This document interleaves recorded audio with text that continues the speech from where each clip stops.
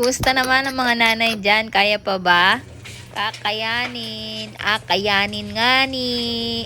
Dahil di naman kalayuan ng school dito sa amin ay hindi rin ganun kaaga ako nag-a-alarm. Siguro mga 5:30 okay na.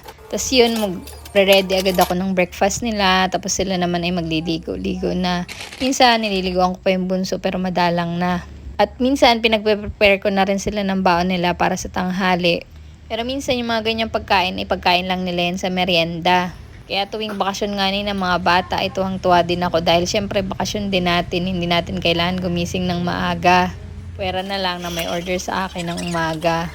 Ito ang aking bunso ay napakahirap pakainin ng mabilis sa umaga. Kumakain naman siya kaso mabagal nga lang. Kaya yan, kita nyo yan, kanya pa yung tira.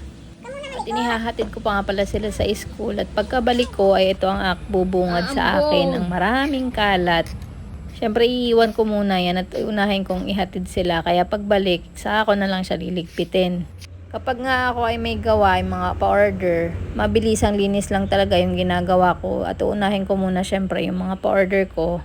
At minsan ako din yung nagluluto ng tikoy. Kaya talagang paspasan muna ang paglilinis, pagliligpit sa bahay bago ko gawin yung mga racket natin. Kaya minsan natatambakan talaga ako ng lilinisin dito sa bahay. Maganda rin na maliit lang yung bahay namin. At least maliit lang yung lilinisan ko. Masama lang kapag marami akong gawa.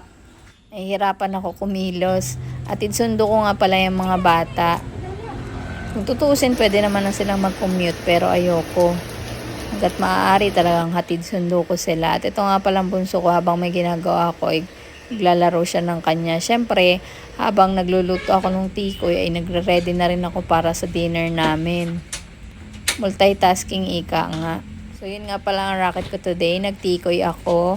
Nagagawa ko lang yun pag wala akong po-order na cake. Kasi pag nagtitikoy ka, dapat nakafocus ka lang dito. At yan lang naman ang kaganapan sa maghapon ko. Thank you. Bye-bye.